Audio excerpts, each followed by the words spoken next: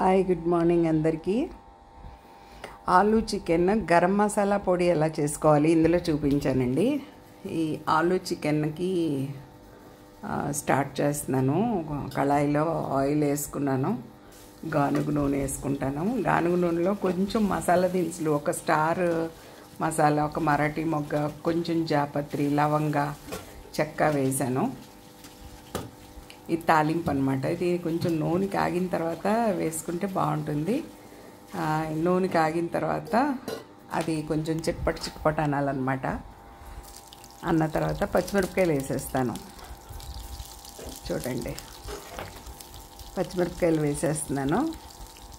పచ్చిమిరపకాయలు ఎందుకని ముందు వేస్తానంటే కొంచెం నూనెలో వేగితే తినేటప్పుడు బాగుంటాయి అనేసి.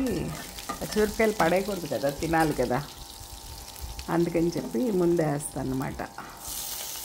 ఉల్లిపాయలు వేసేస్తున్నాను. నెక్స్ట్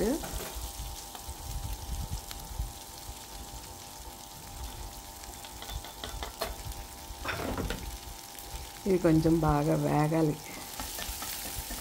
ఇలాగ చికెన్ కడిగి శుభ్రం పెట్టేసుకున్నాను.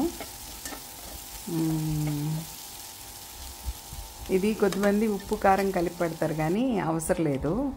ఇలా ఒక గరం మసాలా పొడి తయారు చేసుకుందామని ఒక 50 గ్రామ్స్ ధనియాలు వేసానండి. అలాగే ఒక 8-9 లవంగాలు వేసాను. ఒక పొడవుగా ఒక చెక్క, దాల్చిన చెక్క, మిరియాలు వేసాను. కొంచెం జీలకర్ర వేసాను. యాలకులు ఒక 2 వేసాను. ఎండుమిర్చి ఒక 5-6 ఎండుమిర్చి వేసాను అన్నమాట. వేసి ఇది మొత్తం మెత్తగా గ్రైండ్ చేసేసుకుంటున్నాను. ఇదేంటంటే కూరల కోసం అన్నమాట. ఈ మసాలా కూరలు కాకుండా బిర్యానీ మసాలా వేరే ఉంటుంది. బిర్యానీ సామాన్లు వేరే ఉంటాయి అన్నమాట. వాటిని బట్టి బిర్యానీ మసాలా వేరే చేసుకుందాం. ప్రస్తుతానికి ఈ గరం మసాలా ఒకటి తయారు చేసుకుందాం అన్నమాట. ఇలాగ ఉల్లిపాయలు వేగిపోయినాయి కాబట్టి మసాలా ఇందులో వేసేస్తున్నాను. చికెన్ వేసేస్తున్నాను ఇందులో. చికెన్ చక్కగా కడిగి పెట్టుకున్నాను కదా, ఇందులో వేసేసి ఉప్పు కారం వేసేస్తున్నాను.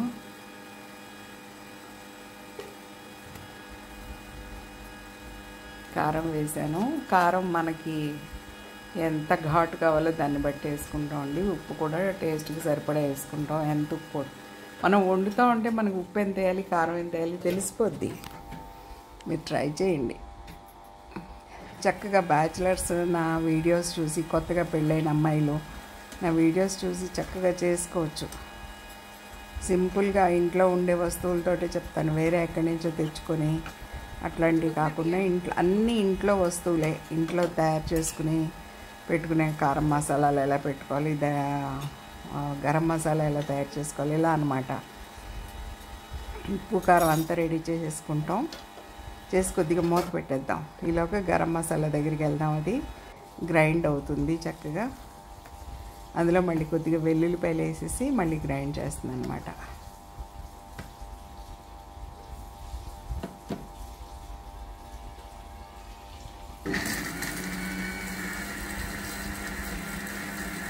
అయిపోయింది మెత్తగా గ్రైండ్. 2 నిమిషాలు పనండి.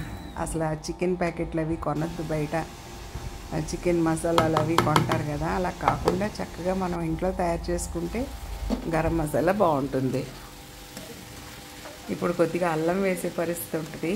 కొంచెం అది చికెన్ వేగిన తర్వాత కొంచెం అల్లం వేసుకుంటాం. అల్లం వెల్లుల్లి పేస్ట్, అల్లం ఒక్కటే కాదు, ఇదిగోండి అల్లం వెల్లుల్లి పేస్ట్ వేస్తున్నాను.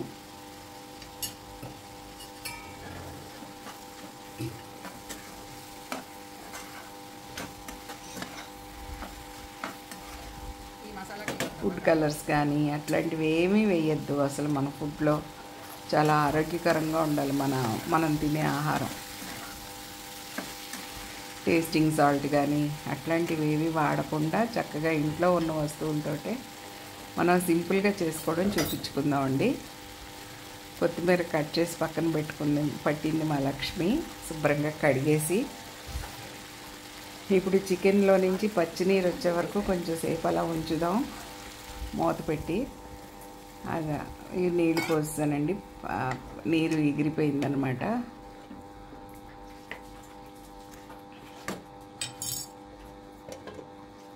మూత పెట్టేసుకుని చక్క అది కొంచెం సేపు ఉడికిన తర్వాత అందులో ఆలు ముక్కలు వేసేద్దాం. ఆలు ఆప్షన్ అండి, మనకు కావాలంటే వేసుకుంటాం, లేకపోతే లేదు. అది పెద్ద ఇంపార్టెంట్ ఏం కాదు. కానీ ఆలు వేస్తే ఈ చికెన్లో ఆలు ముక్కలే ఫస్ట్ వేసుకుంటాం అన్నమాట.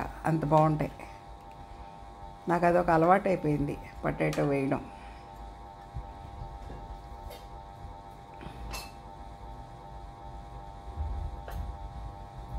కొంచెం కొత్తిమీర చల్లుతున్నాను.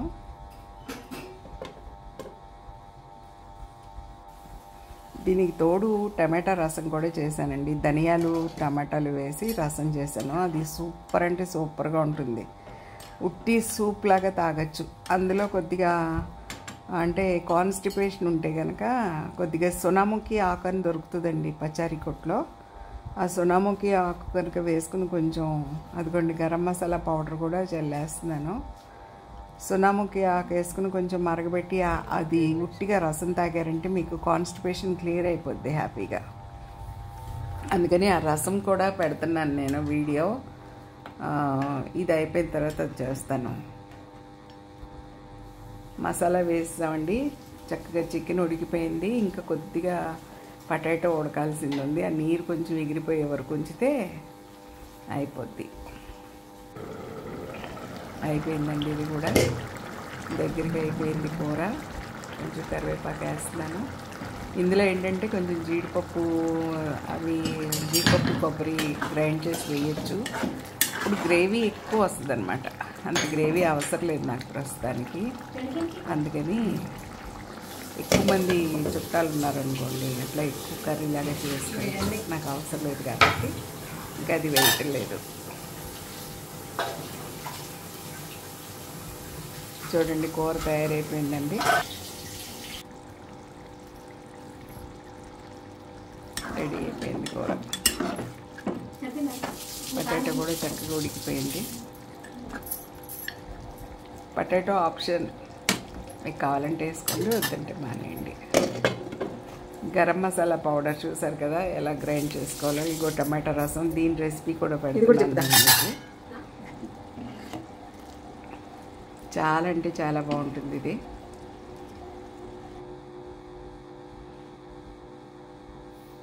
Thank you for watching.